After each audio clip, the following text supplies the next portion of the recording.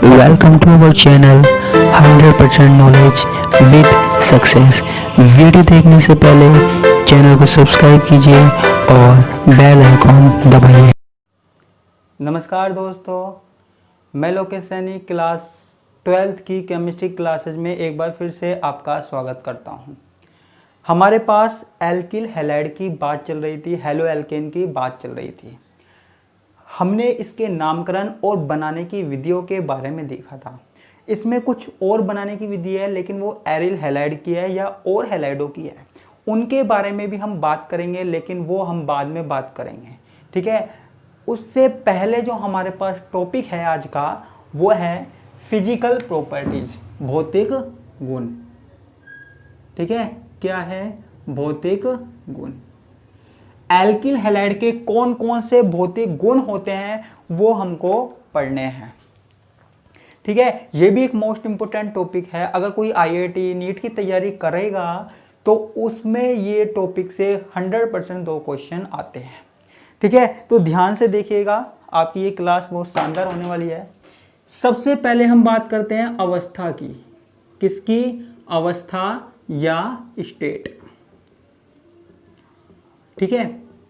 अब देखो, अवस्था में जो सबसे निम्नतर एल्किल हैलाइड होते हैं, निम्नतर एल्किल हैलाइड यानी कि CH3Cl या फिर CH3Br, ठीक है, मैथिल क्लोराइड, मैथिल ब्रोमाइड या फिर C2H5Cl, ठीक है, वो गैसीय होते हैं, ठीक है।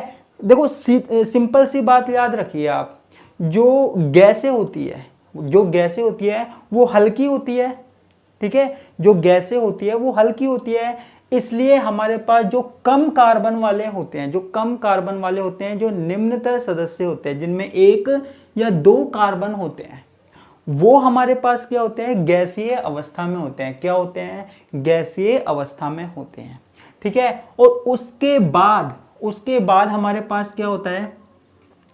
उसके बाद हमारे पास जो भी एल्किल हैलाइड आते हैं, पहले तो वो द्रव, ठीक है। अगर हम छोटे छोटे बहुत सारे कणों को मिला दिया जाए, तो क्या होगा? वो गैस में बदल जाएगा, ठीक है। तो उसके बाद के जो सदस्य हैं वो द्रव, ठीक है। और द्रव के बाद के जो सदस्य आते हैं वो आते हैं ठोस, ठीक है। तो जो सबसे कम कार्बन वाले सदस्य हैं ना, वो तो हमारे पास क्या आएंगे? गैसीय अवस्था में, क्योंकि वो हल्के होते हैं, उनमें कम कार्बन होते हैं, ठीक है। जिसका अनुभार कम होगा वो तो हल्का होगा ही, ठीक है। तो वो क्या होगा? गैसीय अवस्था में होगा हमारे पास, ठीक है। उसके बाद जो हायर वाले होंगे, जिनमें ज्यादा कार्बन है, ठीक है, वो द्रव होता है, ठीक है। और जैसे जैसे कार्बन हमारे पास बढ़ता जाता है, कार्बन की श्रृंखला बढ़ती जाती है, जैसे जैसे कार्बन की श्रृंखला बढ़ती जाती है, तो हमारे पास जो एल्किल हैलाइड है वो ठोस होता जाता है, वो सॉलिड होता जाता है, ठीक है। तो निम्नतर सदस्य गैसीय हो जाते हैं और जो उच्चतर सदस्य हैं वो सॉलिड हो जाते हैं। और सॉलिड से धीरे धीरे आगे जब हम बढ़ते हैं, जैसे हम 17 18 कार्बन हो गए, 19 कार्बन हो गए, 20 कार्बन हो गए, तो हमारे पास क्या हो जाता है? ठोस हो जाता है, ठीक है। तो आपको सिंपल सी बात याद रखनी है कि जो निम्नतर सदस्य हैं एल्किल हैलाइड, वो गैसीय अवस्था के, उससे ऊपर के द्रव और ठोस के होते हैं। क्लियर है? अब देखो, एक बात आती है हमारे पास, जैसे हमारे पास C6H5 है, ठीक है। वैसे तो अभी हमने एरिल हैलाइड की बात नहीं की, ठीक है, एरिल हैलाइड की बात नहीं की, लेकिन कोई पूछेगा C6H5Cl, ठीक है, एरिल हैलाइड क्या होते हैं? अब देखो, यहाँ पे 6 कार्बन तो वैसे ही आ गए, इतना भारी तो वो वैसे ही हो गया, 6 कार्बन वैसे ही आ गए, अनुभार इतना हो गया, तो ये गैसीय तो हो नहीं सकता, ठीक है। तो ये गैसियस स्टेट में तो हो नहीं सकता, तो ये कैसी अवस्था में होगा? ये द्रव अवस्था में होगा। और द्रव से आगे जब हम बढ़ते जाएंगे इसमें, तो ये ठोस होता जाएगा, ठीक है। तो आपको सिर्फ इतनी सी बात याद रखनी है कि कम कार्बन वाले सदस्य गैस, और उसके बाद हमारे पास जो एल्किल हैलाइड आते हैं वो द्रव होते हैं, ठीक है। और जो आगे आते जाते हैं वो ठोस भी मिलते हैं हमको, ठीक है। ये हमने बात कर ली। अब उसके बाद हमारे पास दूसरी बात आती है रंग की, ठीक है। रंग या कलर। इनका कलर कैसे होता है, देखो जितने भी एल्किल हैलाइड है लगभग सारे के सारे जो एल्किल हैलाइड है हेलो एल्केन है वो हमारे पास रंगहीन होते हैं। वो क्या होते हैं, रंगहीन होते हैं, कलरलेस होते हैं एल्किल हैलाइड, ठीक है। लेकिन जो हमारे पास आयोडीन और ब्रोमीन के एल्किल हैलाइड हैं जिसमें आयोडीन और ब्रोमीन होता है, अगर उनको सनलाइट में रखा जाए, ठीक है, सूर्य के प्रकाश की उपस्थिति में रखा जाए तो वो रंग प्रदर्शित करते हैं। वो क्या करते हैं, रंग प्रदर्शित करते हैं सूर्य के प्रकाश के कारण। वैसे हमारे पास देखा जाए तो सारे एल्किल हैलाइड क्या होते हैं, लगभग सारे एल्किल हैलाइड रंगहीन होते हैं, उनका कोई कलर नहीं होता, ठीक है। अब आगे की बात करते हैं, तो ये हमारे पास क्या हो गए, कलरलेस और प्रकाश की उपस्थिति में कोई रंग प्रदर्शित करते हैं, ठीक है। अब हमारे पास जो तीसरी प्रॉपर्टीज आती है, बड़ी इंटरेस्टिंग प्रॉपर्टी है, बड़ी मजेदार प्रॉपर्टी है, जिसमें से बहुत बार क्वेश्चन पूछे जाते हैं अलग अलग कंपटीशन के एग्जाम में, तो हम उसकी बात कर रहे हैं, ठीक है। तो वो क्या है हमारे पास, क्वेथनांक या बॉइलिंग पॉइंट, ठीक है। अब देखो यहां पे हमारे पास CH3Cl है या फिर CH3Br है, कोई सा भी एल्किल हैलाइड है, कोई सा भी एल्किल हैलाइड है, हम उसके बॉइलिंग पॉइंट की बात कर रहे हैं, हम उसके क्वेथनांक की बात कर रहे हैं, ठीक है। क्वेथनांक का मतलब तो आपको पता ही होगा, जिसपे कोई भी यौगिक उबलने लग जाता है, बॉयल होने लग जाता है, ठीक है। यानी कि देखो इसका मतलब यह है कि हमने किसी यौगिक को गर्म किया, हमने किसी यौगिक को हीट दी, ठीक है। हीट देने पर वो यौगिक टूट रहा है, वो यौगिक टूट रहा है, ठीक है। तो वो कब जल्दी टूटेगा, अब देखो यहां पे हमारे पास क्या है, जैसे हमारे पास कम कार्बन वाला है, एक हमारे पास ज्यादा कार्बन वाला है, CH3 CH2 Cl, CH3 CH2 CH2 Cl, ठीक है। तो आपको एक सिंपल सी बात याद रखनी है, जब हमारे पास ज्यादा कार्बन हो, हमें इसकी बात करनी है, जब हमारे पास ज्यादा कार्बन हो या लंबी चेन हो, लंबी श्रृंखला हो, ठीक है, तो वहां पर श्रृंखला बढ़ने के साथ साथ, या फिर हम कह सकते हैं अनुभार बढ़ने के साथ साथ, अनुभार बढ़ने के साथ क्वेथनांक भी बढ़ता है। ये बात आप नोट कर सकते हो, बहुत इंपॉर्टेंट बात है, क्वेथनांक भी बढ़ता है, ठीक है। जब भी एल्किल हैलाइड की बात होगी तो हमारे पास अनुभार बढ़ने के साथ साथ क्वेथनांक भी बढ़ता है, बॉइलिंग पॉइंट भी बढ़ता है, ठीक है। क्योंकि देखो अनुभार बढ़ने पर क्या होता है, अनुभार जब हमारे पास बढ़ता है तो उसमें बॉन्ड क्या है, मजबूत होने लग जाते हैं, उसमें बॉन्ड स्ट्रॉन्ग होने लग जाते हैं, ठीक है, और पास पास आने लग जाते हैं, ठीक है। अब जिसका जितना ज्यादा अनुभार होगा, मॉलिक्यूलर वेट होगा, उतना ज्यादा आकर्षण बल होगा। अब देखो एक बात हो रहा है, देखो यहां पे एल्किल हैलाइड में वांडरवाल बल होते हैं, वांडरवाल्स बल होते हैं, ठीक है, वांडरवाल बल होते हैं। वांडरवाल जो बल होते हैं वो अनुभार के समानुपाती होते हैं। वो किसके समानुपाती होते हैं, अनुभार के। अनुभार बढ़ेगा तो वांडरवाल बढ़ेंगे, ठीक है। वांडरवाल बल यानी कि जो अणुओं को बांधे रखने का काम कर रहा है, ठीक है, अणुओं को बांधे रखने का काम कर रहा है, वो हमारे पास क्या है, वांडरवाल बल है, ठीक है। दो अणुओं को यहां पे बांधे रख रहा है। तो जब वांडरवाल बढ़ेगा, बल दो अणुओं के बीच में वांडरवाल बढ़ेगा, जैसे इसके और दूसरा भी ऐसा ही कुछ है, CH3 CH2 CH2 Cl। जब इन दोनों के बीच में वांडरवाल बढ़ेगा तो इनको तोड़ने में क्या लगेगा, टाइम लगेगा, इनको तोड़ने में टाइम लगेगा, समय ज्यादा लगेगा, ठीक है। और जब समय ज्यादा लगेगा इसका मतलब क्या है, हमारे पास जो क्वेथनांक होगा क्वथनांक होगा वो भी ज्यादा होगा, यानी कि ज्यादा टेम्परेचर पर ये अणु आपस में अलग होंगे। ठीक है, ये आपस में जुड़े हुए हैं। ठीक है, तो ज्यादा टेम्परेचर पर क्या होंगे, ये अलग होंगे। तो आपको सिंपल सी बात याद रखनी है, जब भी हमारे पास अणुभार बढ़ेगा, मॉलिक्यूलर वेट बढ़ेगा, तो अणुओं के बीच में जो वांडरवाल बल है वो बढ़ेगा। ठीक है, और जब वांडरवाल बल बढ़ेगा तो क्वथनांक भी बढ़ेगा। ठीक है, इसलिए हमारे पास जब अणुभार ज्यादा होगा तो क्वथनांक बढ़ेगा। सीधी सी बात याद रखनी है, अणुभार बढ़ने के साथ साथ क्वथनांक भी बढ़ता है। ठीक है, ये आपको बात याद रखनी है।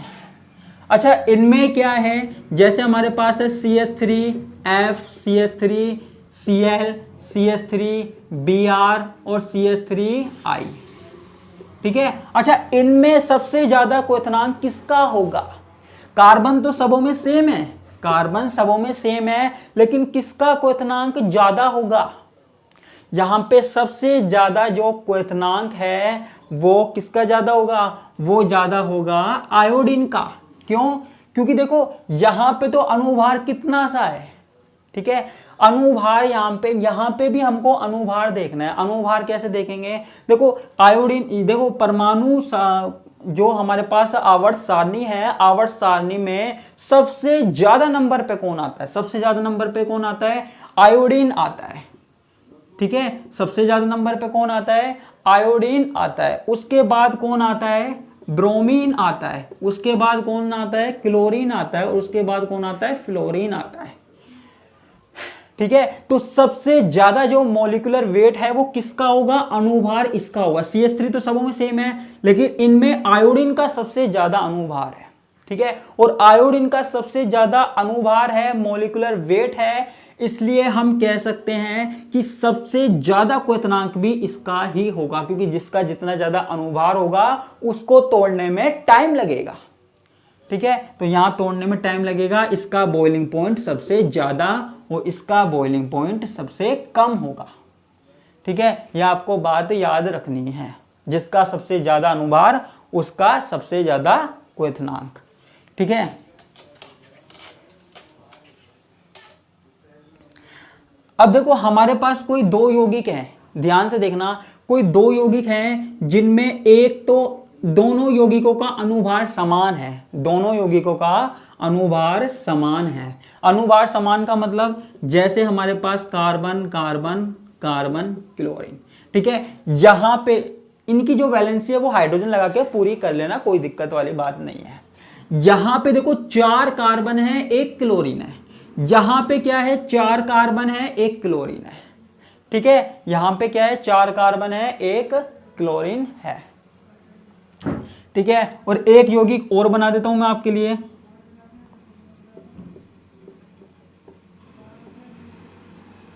यहां पे भी 4 कार्बन और 1 क्लोरीन है, तो यहां पे सबसे ज्यादा क्वथनांक किसका होगा? सबसे ज्यादा बॉइलिंग पॉइंट किसका होगा? देखो आपको सिंपल सी बात याद रखनी है, अगर हमारे पास अणुभार सेम है, यहां पे भी 4 कार्बन है, यहां भी 4 कार्बन है, यहां भी 4 कार्बन है, तो क्वथनांक के लिए आपको क्या देखना है? बॉइलिंग पॉइंट के लिए आपको देखना है जो क्वथनांक किसके व्युत्क्रमानुपाती होता है? पार्श्व श्रृंखला के। किसके? पार्श्व श्रृंखला के। ठीक है, जब एक जैसे कई यौगिक हैं जिनका अणुसूत्र समान है, जिनमें समान चीजें हैं, समान कार्बन है, समान क्लोरीन है, तब हमको क्या देखनी है? साइड चेन देखनी है, पार्श्व श्रृंखला देखनी है। जिसमें ज्यादा पार्श्व श्रृंखला होगी वो कम स्थायी होगा। जिसमें ज्यादा पार्श्व श्रृंखला होगी वो कम स्थायी होगा। ठीक है, तो अब देखो यहां पे ये पूरा का पूरा है, यहां पे एक पार्श्व श्रृंखला आ गई यहां, और यहां पे ये आ गई। ठीक है, तो सबसे ज्यादा यहां पे देखो श्रृंखला निकल रही है ना, सिर्फ यहां पे 1 कार्बन है और यहां पे श्रृंखला इस तरीके से आ रही है। यहां पे 3 कार्बन की है, यहां पे 4 कार्बन, यहां 4, यहां 3, यहां सिर्फ 2 ही रह गई। ठीक है, तो यहां पे सबसे लंबी जो चैन है, वो हमारे पास सबसे ज्यादा स्थायी होगी। ठीक है, जिसमें कोई पार्श्व श्रृंखला नहीं है।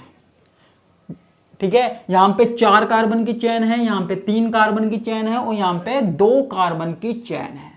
ठीक है, तो हमको सबसे लंबी चेन देखनी है और पार्ट्स ऑफ श्रृंखला देखनी है, जिसमें सबसे ज्यादा पार्ट्स ऑफ श्रृंखला होगी। इसमें देखो पार्ट्स ऑफ यानी कि साइड में से निकल रहा है जो, ठीक है, तो वो हमारे पास क्या होगा, अस्थायी होगा या कम स्थायी होगा। ठीक है, या फिर एक चीज और देख सकते हैं यहाँ पे, जिसका पृष्ठीय क्षेत्रफल सबसे ज्यादा होगा, जिसका पृष्ठीय क्षेत्रफल सबसे ज्यादा होगा वो सबसे ज्यादा स्टेबल होगा।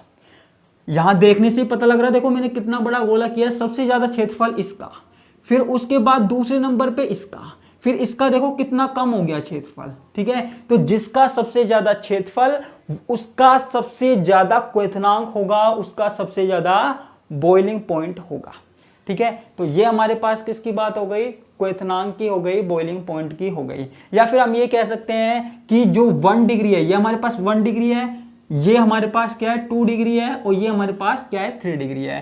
तो 1 डिग्री का क्वथनांक सबसे ज्यादा, 2 डिग्री का उससे कम और 3 डिग्री का सबसे कम बॉइलिंग पॉइंट होगा। ठीक है, क्लियर है। तो यहां पे ये हमारे पास क्या है, क्वथनांक की बात हुई, बॉइलिंग पॉइंट की बात हुई। ठीक है, अब देखो यहां पे एक है विलयशीलता, एक टॉपिक और है हमारे पास जिसका नाम है विलयशीलता, विलयशीलता।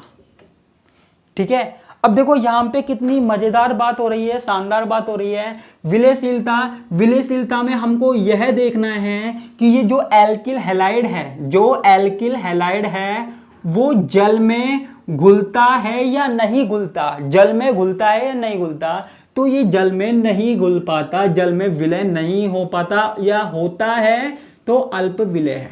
ठीक है, हालांकि इसकी क्या होती है, ध्रुवीय प्रकृति होती है। ध्रुवीय प्रकृति का क्या मतलब है, यहाँ पे आंशिक रूप से धनावेश और आंशिक रूप से ऋणावेश, यानी कि आपने ध्रुवीय प्रकृति पढ़ी होगी ना, कि जब ऐसा बॉन्ड बने जहां पे एक परमाणु पे क्या आ रहा है, धनावेश आ रहा है, एक पे ऋणावेश आ रहा है, तो वो ध्रुवीय होते हैं। ठीक है, और आपने इनिशियल क्लास में पढ़ा है, 11th में पढ़ा है कि समान समान को बोलता है। ठीक है, लेकिन केमिस्ट्री में कोई भी चीज सफल नहीं है, कोई भी चीज सही साबित नहीं होती है, कुछ अपवाद होते हैं, तो ये भी क्या है, एक्सेप्शन है। ठीक है, तो समान समान को घुलता है, ये आपने पढ़ा हुआ है, लेकिन ये पानी में नहीं घुलता है, ध्रुवीय होता है तब भी नहीं घुलता, ये पानी में नहीं घुलता, ध्रुवीय है लेकिन तब भी नहीं घुलेगा। अब आप पूछोगे क्या कारण है, तो ये देखो जो हमारे पास वाटर मॉलिक्यूल होता है, ये हमारे पास वाटर मॉलिक्यूल है, ये हमारे पास क्या है, वाटर मॉलिक्यूल है। अब 2 वाटर मॉलिक्यूल हैं, ये और एक ये, इन दोनों के बीच में अंतरा आणविक आकर्षण बल है, इंटरमोलिकुलर फोर्स है, इंट्रामोलिकुलर फोर्स है। ठीक है, अब ये जो एल्किल हैलाइड इसमें आता है, ठीक है, एल्किल हैलाइड को जब पानी में डाला जाता है तो एल्किल हैलाइड इस बॉन्ड को नहीं तोड़ पाता, इस बॉन्ड को तोड़ नहीं पाता, ब्रेक नहीं कर पाता, इसलिए ये पानी में नहीं घुल पाता। ठीक है, यह पानी में नहीं घुल पाता, लेकिन जो एल्किल हैलाइड है वो कई कार्बनिक विलायकों में विलयशील होता है, कई कार्बनिक विलायकों में विलयशील होता है। ठीक है, तो ये हमारे पास किसकी बात हो गई, विलयशीलता की बात हो गई। ठीक है बच्चों, ठीक है, अब देखो यहां पे इसको हम मिटा देते हैं।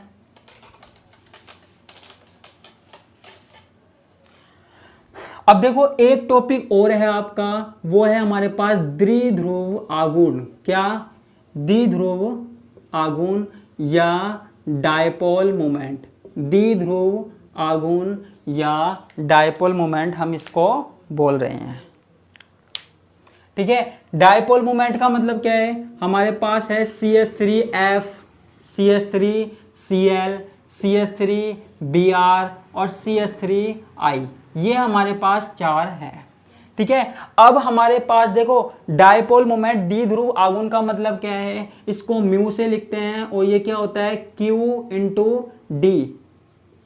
ठीक है, द्विध्रुव आघूर्ण क्या होता है, ये किसी यौगिकों के बीच में बॉन्ड को बताता है, ध्रुवणता को बताता है, किसको बताता है, ध्रुवणता को बताता है। ठीक है, डी का मतलब क्या है, इन दोनों परमाणुओं के बीच में डिस्टेंस, यानी कि CH3 और फ्लोरीन के बीच में डिस्टेंस, CH3 और क्लोरीन के बीच में डिस्टेंस, CH3 ब्रोमीन के बीच में डिस्टेंस और CH3 आयोडीन के बीच में डिस्टेंस को बताता है। कौन बताता है? डी। क्यू क्या बताता है? क्यू बताता है हमारे पास विद्युत ऋणता को, विद्युत ऋणता या इलेक्ट्रोनेगेटिविटी जो फ्लोरीन पे है। देखो CH3 सबों में समान है, अब जो इलेक्ट्रोनेगेटिविटी है यानी कि एक तरीके से आवेश है, चार्ज है, वो इलेक्ट्रोनेगेटिविटी यहाँ है फ्लोरीन पे, क्लोरीन पे, ब्रोमीन पे, आयोडीन पे, उसको बताता है। ठीक है, तो जिसकी ज्यादा, सबसे ज्यादा इलेक्ट्रोनेगेटिविटी होगी ना, जिसकी सबसे ज्यादा इलेक्ट्रोनेगेटिविटी होगी, विद्युत ऋणात्मकता होगी। इलेक्ट्रोनेगेटिविटी का मतलब है इलेक्ट्रॉनों को आकर्षित करने की प्रवृत्ति, तो वहां पे द्विध्रुव आघूर्ण सबसे ज्यादा होगा। ठीक है, वहां पे सबसे ज्यादा द्विध्रुव आघूर्ण होगा। अब आप कहेंगे सबसे ज्यादा इलेक्ट्रोनेगेटिविटी तो किसकी होती है? जो सबसे छोटा होता है, यानी कि फ्लोरीन की होनी चाहिए, उसके बाद क्लोरीन की होनी चाहिए, फिर ब्रोमीन की होनी चाहिए, फिर आयोडीन की होनी चाहिए। लेकिन ऐसा नहीं होता है, यहाँ पे एक्सेप्शन होता है। ठीक है, आप कहोगे क्या एक्सेप्शन होता है? यहाँ पे सबसे ज्यादा जो इलेक्ट्रोनेगेटिविटी है वो होती है CH3Cl। ठीक है, क्लोरीन की होती है, फिर उसके बाद होती है फ्लोरीन की, फिर ब्रोमीन की, और फिर होती है आयोडीन की। ठीक है, ये हमारे पास क्या है? अपवाद है, एक्सेप्शन है। ठीक है, तो आज हमने अच्छी अच्छी प्रॉपर्टीज के बारे में बात की थी। ठीक है, और आज आपको उम्मीद करता हूँ मज़ा भी आया होगा। ऐसे ही मैं पूरी एनर्जी के साथ क्लास लिया करूँगा। अब आगे की बात हम कल देखेंगे। इसी के साथ मैं आपसे विदा लेता हूँ। धन्यवाद, नमस्कार, टाटा, बाय बाय।